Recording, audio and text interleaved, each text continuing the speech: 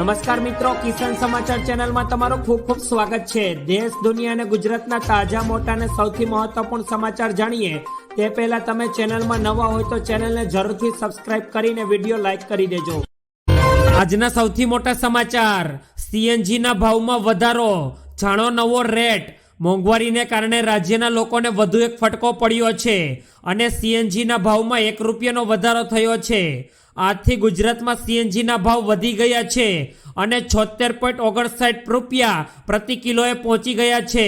સીએનજીના નવા દરો 14 ડિસેમ્બર 2023ના રોજ સવારે 6 વાગ્યાથી અમલમાં આવી ગયા છે।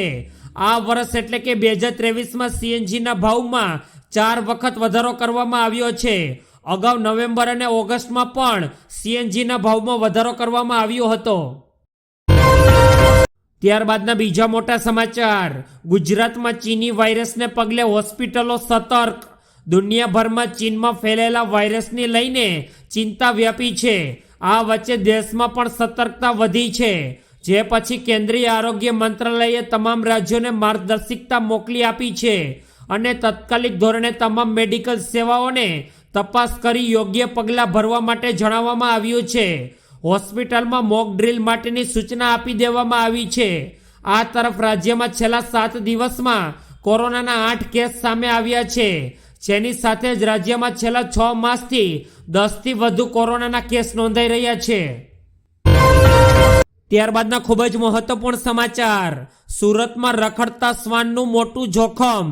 સુરતમાં રખડતા શ્વાન સૌથી મોટું જોખમ બન્યા છે, જેમાં સુરતના પીપળોદમાં બાળક પર શ્વાને હુમલો કર્યો હતો।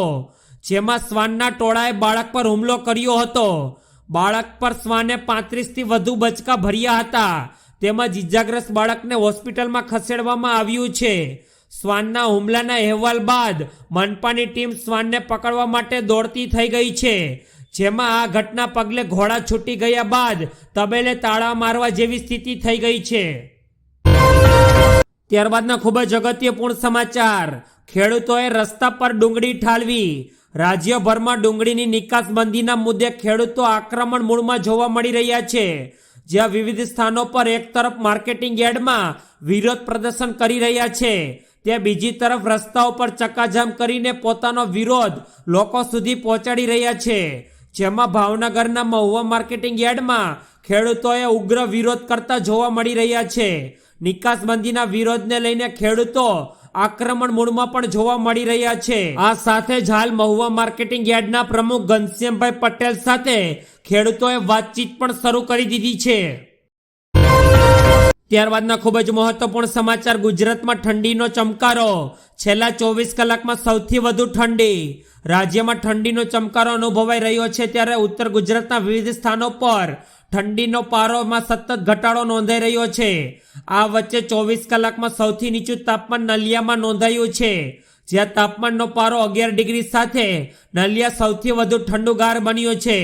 આ તરફ રાજ્યના બીજા સ્થાનોની વાત કરવામાં આવે તો કંડલા અને કેશોદમાં 12 ડિગ્રી તાપમાન નોંધાયું છે, જ્યારે ગાંધીનગર, ડીસા, રાજકોટ, પોરબંદરમાં 14 ડિગ્રી સુધી તાપમાન પહોંચ્યું છે, તો અમદાવાદમાં 16 ડિગ્રી તાપમાન નોંધાયું છે। ત્યારબાદના સૌથી મોટા સમાચાર, અમદાવાદની બેંકમાં નકલી નોટ ડિપોઝિટ કરનાર ઝડપાયો। અમદાવાદમાં નકલી નોટ ડિપોઝિટ કરનાર સામે ફરિયાદ કરવામાં આવી છે, જેમાં કેશ ડિપોઝિટ મશીનમાં આરોપીએ નકલી નોટ જમા કરાવી હતી। અમદાવાદના બોપલ વિસ્તારમાં ડિપોઝિટ મશીનમાં નકલી નોટ જમા થઈ હતી।